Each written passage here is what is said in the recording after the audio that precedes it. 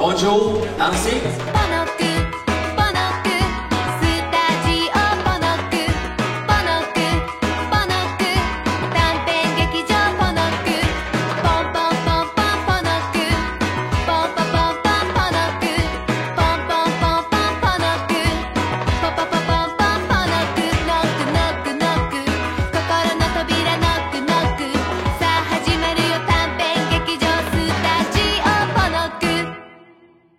Bonjour à tous, c'est le Watcher de retour pour une nouvelle vidéo et aujourd'hui on va parler de plein de films d'animation que j'ai eu la chance de voir tout récemment grâce au Festival International d'Animation d'Annecy. Et tout de suite vous vous demandez, mais qu'est-ce que le Festival International d'Animation d'Annecy? Eh bien c'est un festival international d'animation qui se déroule en France, à Annecy.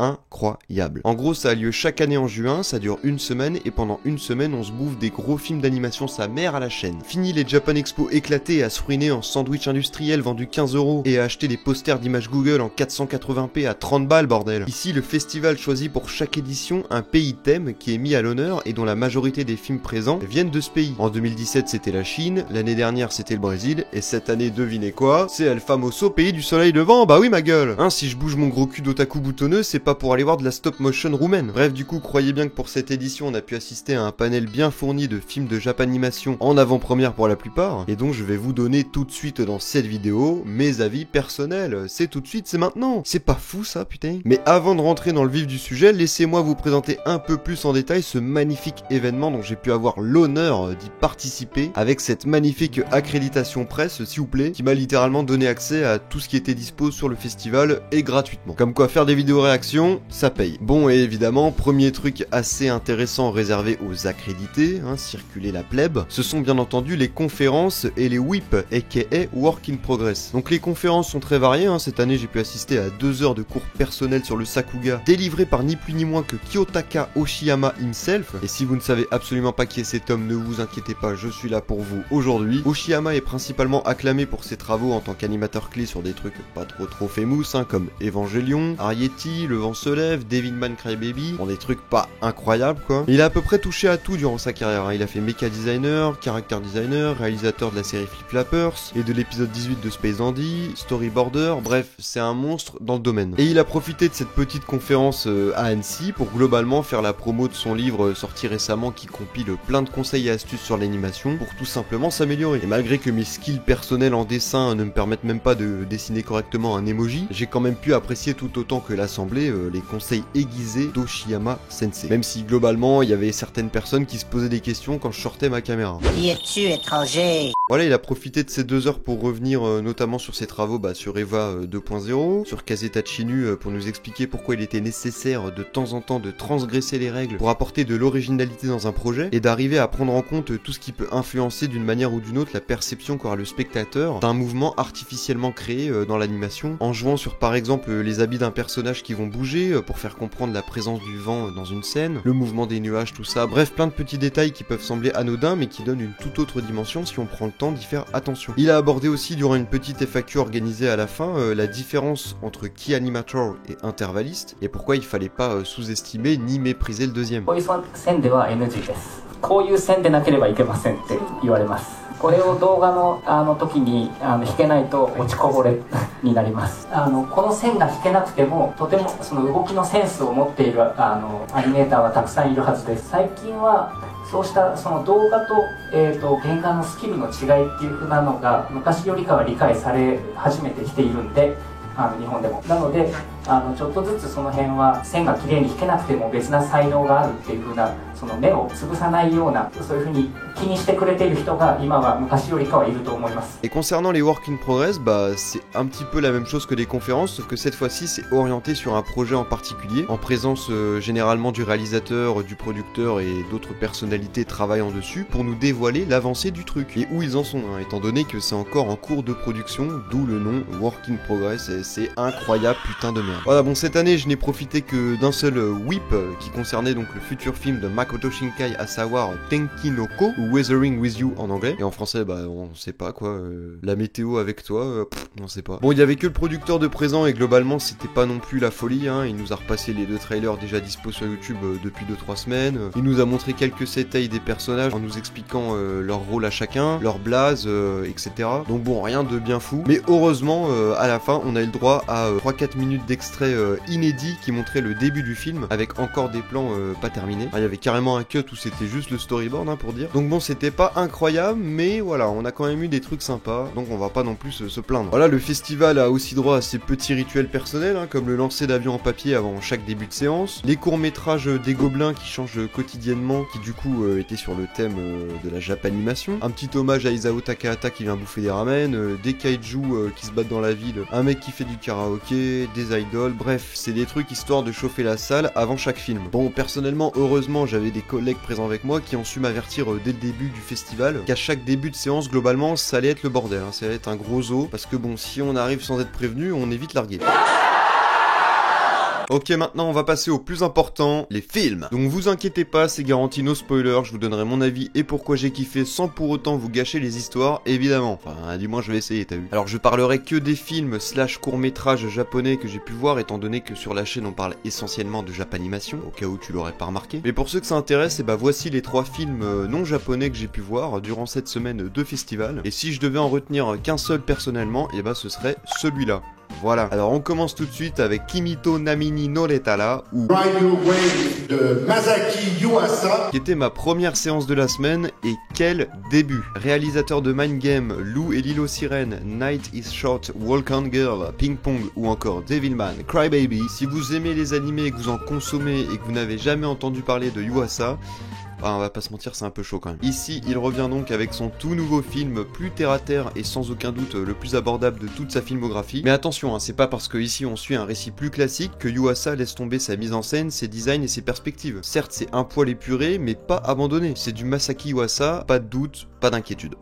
Là, je parle vraiment comme un youtubeur professionnel. L'histoire est celle d'Inako, surfeuse maladroite, et de Minato, pompier la nuit, cuisinier le jour. Un jeune couple qui vit sa vie tranquillou, pépère au soleil, devant la mer, à chanter H24 cette putain de chanson de merde. Et si au début j'avais très peur de la direction qu'allait prendre le film en voyant notamment la rencontre entre ces 2 personnages qui ressemblent plus à Cendrillon et son prince charmant qu'autre chose, bah leur couple gagne tout de suite en crédibilité, surtout grâce au travail impeccable des 2 seiyuu pendant une certaine scène qui personnellement m'a tout de suite conquis et qui parvient à ancrer de manière convaincante leur relation dans l'histoire, avec une scène qui dure à peine 2 minutes et sans aucun dialogue, donc ça, c'est fort. Voilà, le film est très loin d'être compliqué à comprendre, on aurait pu d'ailleurs trouver des tonnes de titres similaires que Radio Waves, hein, du style Live Your Life, Don't Give Up, Stand Up, Hang On, bref, vous avez compris le délire. Voilà, c'est une histoire d'amour simple et sincère que nous livre Yuasa, mais même si vers la fin le film se veut un peu trop tire-larme selon moi, on ne peut passer à côté de l'explosion visuelle que nous offre le réalisateur, qui manie son univers et ses personnages avec une délicatesse qui lui est propre. Je sais pas si ça veut vraiment dire quelque chose que ce que je viens de sortir comme phrase, mais c'est méga stylé. C'est vraiment THE film de l'été, hein, rien qu'au niveau des couleurs, c'est pétillant et chatoyant 80% du métrage. Et bon, je vais pas vous spoiler, mais même si c'est dévoilé dans un des trailers, ce que je ne vous recommande surtout pas d'aller voir, bah même après le gros changement qui se produit dans l'histoire, le ton reste très joyeux, un bon enfant. L'humour n'est à aucun moment mis de côté, ni trop en avant, tout est superbement géré quoi. Visuellement c'est sublime, les scènes de surfing sont dingues, le travail sur l'animation en général de toute façon il est incroyable, et l'animation flash typique de Yuasa se marie parfaitement avec les phases aquatiques très similaires à Lou par moment, moins déjantées mais tout aussi jouissives. Donc voilà, Ride Your Waves, c'est validé. Et on enchaîne avec Modest Heroes du studio Ponok, regroupant plein d'anciens de chez Ghibli et qui se sont illustrés récemment avec Mary and the Witch Flower, que je n'ai pas vu, hein, loul. Voilà, petit triptyque comprenant 3 courts-métrages. Donc le premier se nomme Kanini to Kanino, réalisé par Hiromasa Yonebayashi. Le deuxième Your Life and Gonna Lose par Yoshiyuki Momose. Et Invisible par Akihiko Yamashita. Une belle petite palette de courts-métrages traitant chacun un sujet différent avec une DA qui se distingue bien entre chaque projet, ça fait plaisir. Donc Kanini to Kanino pour commencer, qui est le plus convenu des 3, n'en reste pas moins très sympathique à visionner. Par le réalisateur d'Ariety, ici c'est le même délire mais sous l'eau en gros. On suit une famille de crabes humanisés pour évidemment permettre un tant soit peu l'implication du spectateur dans leur péripéties, et plus précisément on va être aux côtés d'un frère frère Kanini et de sa sœur Kanino qui vont partir à la recherche de leur père s'étant fait emporter par un courant d'écume au cours d'une promenade de santé. Voilà, c'est du classique, c'est du déjà vu, néanmoins ça fonctionne bien, la 3D est très efficace. Yonebayashi arrive au moins aussi bien que dans Arrietty à retranscrire ce danger permanent qu'est la nature, et en général à peu près tout ce que tu vas croiser quand tu mesures 30 cm. Voilà, c'est joli, c'est mignon, ça se laisse regarder, mais c'est pas non plus un truc ultra révolutionnaire. Le deuxième, Life Ain't Gonna Lose, je sais pas pourquoi j'ai dit Your juste avant, nous conte cette fois l'histoire d'une mère et de son fils Shun, qui est allergique aux œufs, et leur quotidien face à cette maladie plutôt rare est très handicapante pour le jeune garçon. Non, parce que son allergie, elle est level Tchernobyl, là. À peine il bouffe un truc avec 5% d'œufs dedans, il y a des pustules qui en 2 minutes ont recouvert 80% de son corps au gamin. Bon, le cours traite de la relation mère-fils avec un prisme original qui montre leur vie rythmée par le risque permanent de voir Shun intoxiqué par le moindre aliment qu'il aurait le malheur d'avaler. Et pour lutter face à cet handicap, la solution est d'y faire face et d'avancer, de rester en mouvement quoi, tout simplement. Et toute la symbolique passe par là, et est magnifiquement décrite avec la mère qui est danseuse, ou Shun qui excelle en sport et adore le baseball par exemple. Voilà, rejeter la faute sur ses problèmes et se morfondre n'est pas une solution, la clé c'est de les affronter et de leur niquer leur mère. Merci monsieur Momose. Et pour finir, Invisible de Yamashita, où encore une fois on change complètement de registre. On suit ici un homme invisible, travaillant dans une concession automobile qui fait tout son possible pour garder les pieds sur terre, littéralement. Voilà, j'ai beaucoup aimé les plans en vue subjective qui montrent bien à travers la distorsion que créent les lunettes du personnage et qui modifient les perspectives, que même s'il est bien présent dans le monde, bah il évolue à part de celui-ci. Yamashita il dépeint ici une critique sur le phénomène des salarymen, ou du kaloshi, comme j'avais pu en parler notamment dans ma vidéo sur la Japanimation, allez la voir, elle est très cool, et la frustration d'un homme qui, n'étant même plus tangible carrément pour les personnes autour de lui, est prêt à tout lâcher et à mettre fin à sa vie métaphoriquement. T'as vu les animés, ça fait passer des messages et tout, et où ironiquement la seule personne étant à même de ressentir sa présence et de converser avec lui est un homme dépourvu de la vue,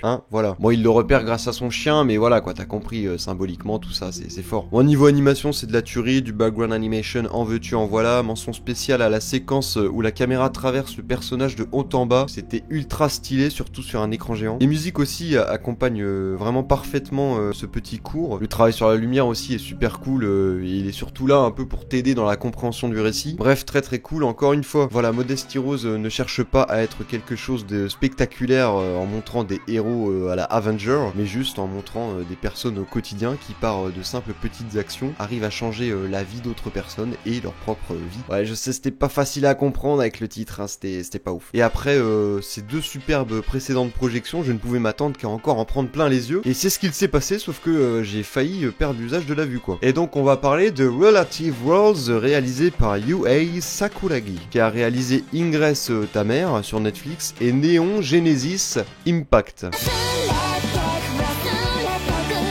un spin-off d'Evangelion. Voilà. Bon, avant tout, mettons les choses au clair, ce film, c'est de la merde, d'accord? C'est dommage parce qu'il y a vraiment une idée de base intéressante, qui aurait pu amener à un truc beaucoup plus cool que ce qu'on a au final, mais c'est noyé dans un mélange de tout ce qu'on a déjà vu et revu dans le médium sur quasiment tous les plans. Bon, il y a une petite musique sympa, dont voici un extrait.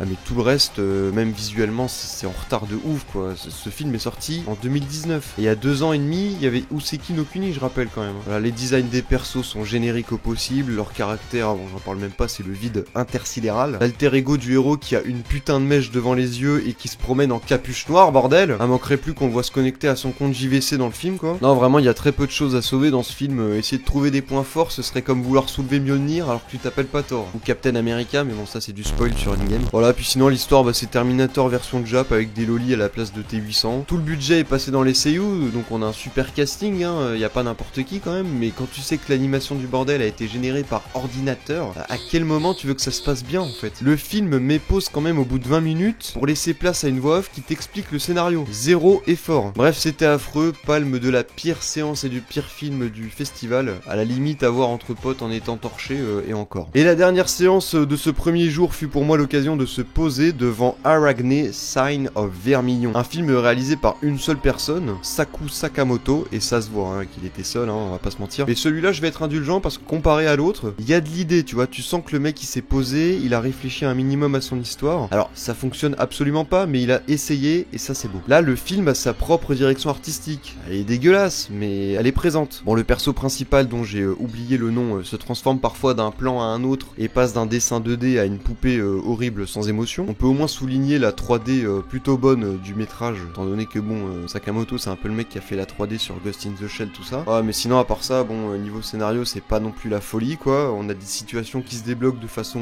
complètement improbable, et le truc c'est que le film se veut très sérieux mais va tellement loin avec des transitions de séquences sorties du cul que pendant que la moitié de la salle part en fou rire, et bah celle restante c'est déjà endormi. Dommage sur 20. Vient ensuite Pandola to Akubi. Alors j'ai pas trop compris si c'était juste 2 OAV ou 2 premiers épisodes d'une future série, quoi qu'il en soit, ça m'a pas emballé. Voilà, donc l'épisode 1 était un tant soit peu original. Alors je suis pas un spécialiste du Magical Girl, mais bon, voir le genre se mélanger au western, qui finalement n'a de western que le lieu où évoluent les différents personnages, bah, c'était quand même sympathique, voilà, on va pas se mentir, j'ai kiffé. Bon, l'opening est très cool, juste musicalement, hein, la musique rentre instantanément dans la tête. Après visuellement, bon, c'était clairement pas ça. Mais bon, l'ensemble souffre surtout d'un côté très cheap en fait, même si l'animation peut se vanter d'être entièrement en 2D, hein, il me semble pas qu'il y avait de la 3D dans ce truc. Elle est très loin d'être incroyable. Alors peut-être que j'en attendais un peu trop pour paradoxalement une séance dont je n'avais absolument aucune idée de ce que j'allais voir. Mais voilà, même au niveau des couleurs, du compositing, les persos ils manquent de relief. Des fois on a l'impression qu'ils sont incrustés au décor. Bon, et puis 2 lolis en persos principaux, ça aide pas non plus, hein, surtout quand elles ont un sifflet à la place des cordes vocales. Ça devient vite insupportable. L'humour fonctionne bien, mais pareil, il se révèle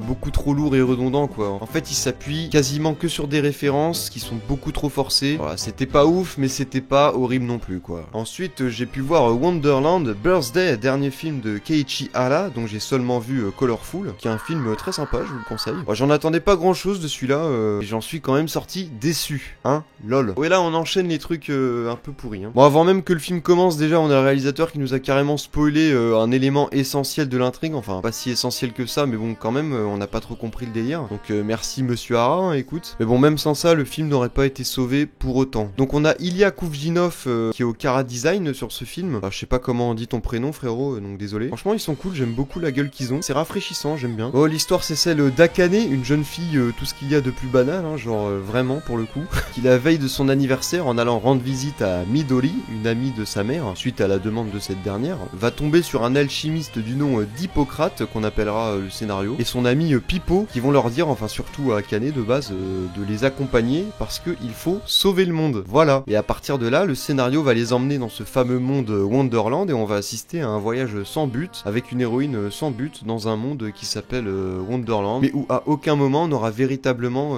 des moments d'émerveillement. Même si de temps en temps il y a de l'acting bien, même très bien foutu, notamment au début quand le scénario débarque, et bien la suite, que ce soit au niveau de l'intrigue, du bestiaire, d'animation, des persos en général, tout se trouve vraiment vide quoi, fade. Y a rien qui se démarque vraiment. Midori c'est juste le perso sidekick qui n'est là que pour lâcher des vannes. Le scénario prend par la main Akane et le spectateur tout le long du métrage sans leur laisser le temps de comprendre pourquoi ils sont là et dans quel but, hein. Parce que bon, sauver le monde c'est aussi vague qu'un salut, ça va en début de conversation random. Voilà, le rythme est mal géré, on n'a pas le temps de s'attacher ni au personnage ni à l'univers. L'humour est un prétexte à la fin pour désamorcer une situation qui sort littéralement de nulle part. Ah, j'en dirais pas plus pour pas spoiler, mais je veux dire, ils auraient pu mettre un écran de chargement entre les 2 séquences, ça revenait au même quoi. Et puis il y a de la 3D qui est moche. Le twist final est obvious dès le début de l'histoire, et encore plus quand le réalisateur te l'explique juste avant le début de la séance. Les musiques sont plus que discrètes, vraiment j'en ai retenu aucune, et pour un film qui a Wonderland en titre, bah il n'en ressort rien de merveilleux. Encore une fois, dommage sur 20. Allez maintenant réveillez-vous parce que cette fois-ci on aborde la meilleure séance du festival et le film le plus barré du panel, j'ai nommé Promare.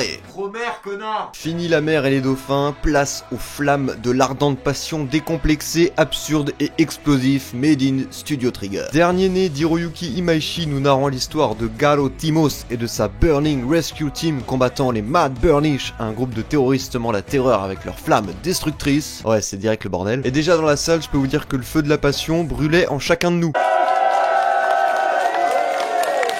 Il y avait des membres du staff du film en plus, bon, très peu mais il y en avait, qui nous ont mis en appétit juste avant le début du spectacle.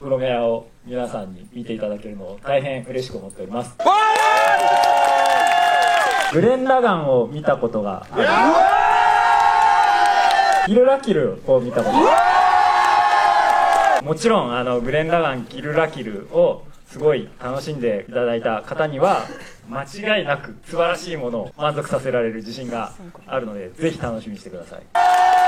Et vous l'aurez compris, ici Imaishi signe son œuvre la plus intimiste, film ultra ciblé, best-of de sa filmographie avec à peu près toutes les références de la Japanimation, de la Genaxpose au Inuzamaki en passant par le Canada Dragon. C'est un florilège visuel créé spécialement pour les fans de la première heure. Même le casting, que ce soit les persos déjà présents dans l'histoire ou les seiyuu qui leur prêtent leur voix, ils sont tous déjà familiers à l'audience si elle a pris la peine de vivre les précédentes aventures que sont Kill la Kill et Gurren Lagann. Complètement décomplexé et assumé, Imaishi ne s'embête même pas à chercher des explications rationnelles au bon déroulement de son histoire. Tout est prétexte pour en prendre plein les yeux et ça marche. Si vous ne vous êtes jamais laissé tenter par ses travaux précédents, Promer risque d'être un poil compliqué à appréhender, mais n'en restera pas moins exaltant. Et si comme moi vous kiffez votre race, la réale du bonhomme, et avez déjà en bagage ne serait-ce Gurren Lagann, foncez tête baissée car vous allez prendre votre pied comme jamais. La direction artistique est encore jamais vue dans le médium, mais vous rappellera instinctivement Spider-Verse si vous l'avez vu. La 3D est maîtrisée avec une dextérité folle et permet des scènes dantesques et des mouvements de caméra dignes d'un grand 8. Les transitions avec l'animation traditionnelle s'enchaînent sans perte de rythme et il faut vraiment avoir l'œil affûté pour saisir le changement. Sawano est ici aux commandes des OST qui donnent au film une dimension cosmique qui poussait toute la salle à hurler à chaque référence qui popait à l'écran. Même une simple action comme appuyer sur un putain de bouton bénéficie d'une contre-plongée insensée et d'un cri démesuré de la part de Mayumi Shintani.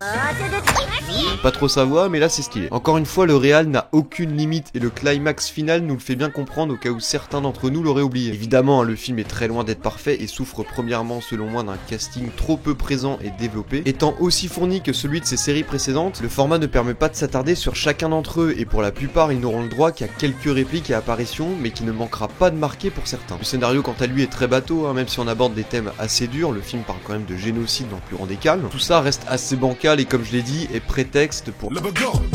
Malgré tout, je suis obligé d'admettre que j'ai rarement passé un aussi bon moment en visionnant un film en salle, à voir selon moi entre initiés, entre couilles pour profiter au maximum de l'énergie de la spirale. Ensuite j'ai pu me poser devant le dernier né de chez Studio 3 Hertz, un film du nom de Black Fox, voilà, studio qu'on connaît déjà pour Flip Flappers et Princess Principal que je n'ai pas vu, et qui signe encore ici une œuvre originale qui ne se révèle pas si originale que ça au final. Une gamine issue d'un clan de ninja dont le père est un sous-Tony Stark qui fait des familiers mécaniques doté d'émotions, avec de la vengeance, un méchant pas beau, un daron irresponsable, un peu de super pouvoir, une tenue stylée et de la 3D moche, ça donne Black Fox. Voilà, clairement, selon moi, aucun intérêt, c'est un mix entre Iron Man et Naruto qui jouit d'une excellente animation au début et à la fin avec de gros noms comme Jem, Watanabe ou encore Yamashita himself. L'histoire est on ne peut plus, je m'en bats les couilles, puissance 10 000, avec des persos amorphes vus et revus. Le développement des liens familiaux qui est rushé au début et qui s'allonge tout le long du film pour rien, étant donné que le papa du MC crève au bout de 10 minutes à l'écran. Voilà, les sidekicks animatroniques qui sont juste là pour débloquer les situations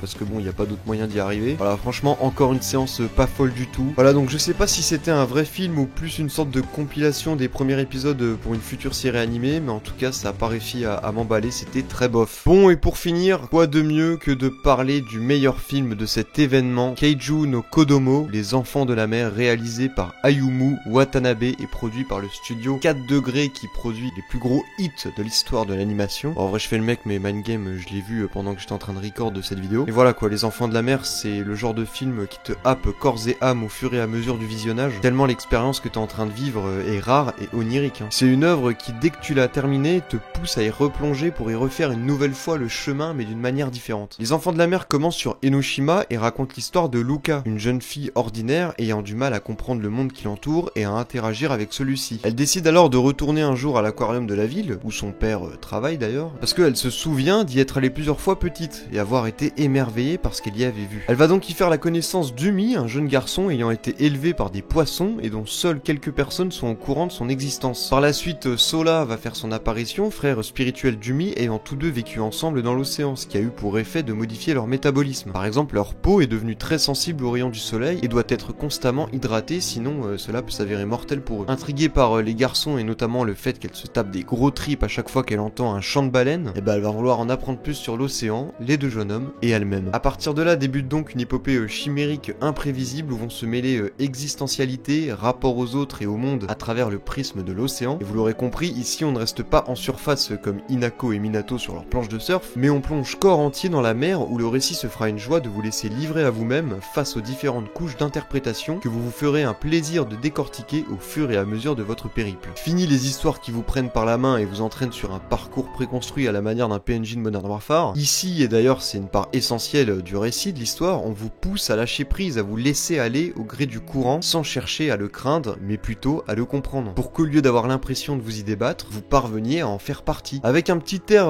de Troisième Impact, Les Enfants de la Mer est un film qui va diviser. Certains vont l'adorer au premier visionnage, là où d'autres n'arriveront clairement pas à rentrer dedans après plusieurs essais. Quoi qu'il en soit, je vous conseille vivement de tenter l'expérience, car ce genre de film est beaucoup trop rare et précieux selon moi pour passer à côté. Ne serait-ce que pour son aspect graphique déjà à couper le souffle sur absolument tous les niveaux. Le tout est sublimé d'un tas de questionnements sur l'univers, la connexion entre les êtres et tout un tas de trucs dont je suis sûrement passé à côté. Et si vous appréciez le voyage, vous n'aurez qu'une envie une fois arrivé au bout, c'est de recommencer pour le vivre d'une toute autre façon. C'est très compliqué de parler de ce film sans spoiler un minimum, je me rends compte que tout ce que je viens de dire est très, même trop vague, t'as compris MDR. Et vraiment on a la chance d'avoir ce genre de choses au cinéma en France, ça sort le 10 juillet, ce sera même sûrement déjà sorti à l'heure où vous regarderez cette vidéo, mais foncez, vraiment c'est exceptionnel. Et restez bien à la fin car il y a une scène post-générique qui doit bien durer mine de rien 2 bonnes minutes et qui a son importance. Bref, encore un film qui parle avec ses images, une orgie visuelle à tous les niveaux, pas de scène d'exposition pour t'expliquer ce que t'avais compris en lisant le titre. Ici on te parle sans rien dire et t'arrives à comprendre, c'est de la folie. Et c'est sur cette ultime projection pleine d'émotions que s'est terminée cette 43e édition du Festival d'Annecy, et la première pour moi du coup. C'était du n'importe quoi du début à la fin, je me suis retrouvé plusieurs fois au milieu de conversations où j'avais absolument rien à foutre et où tout le monde se demandait qui j'étais et ce que je foutais là. I have a YouTube channel.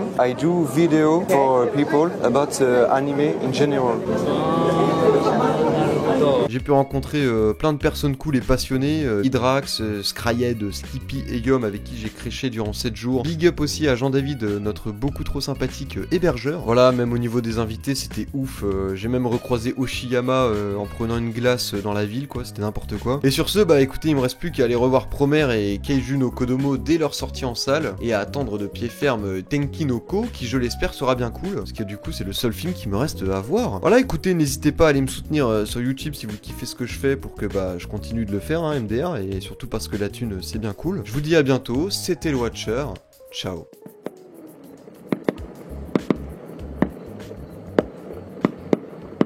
Putain mais il est trop bas ce con d'artifice là.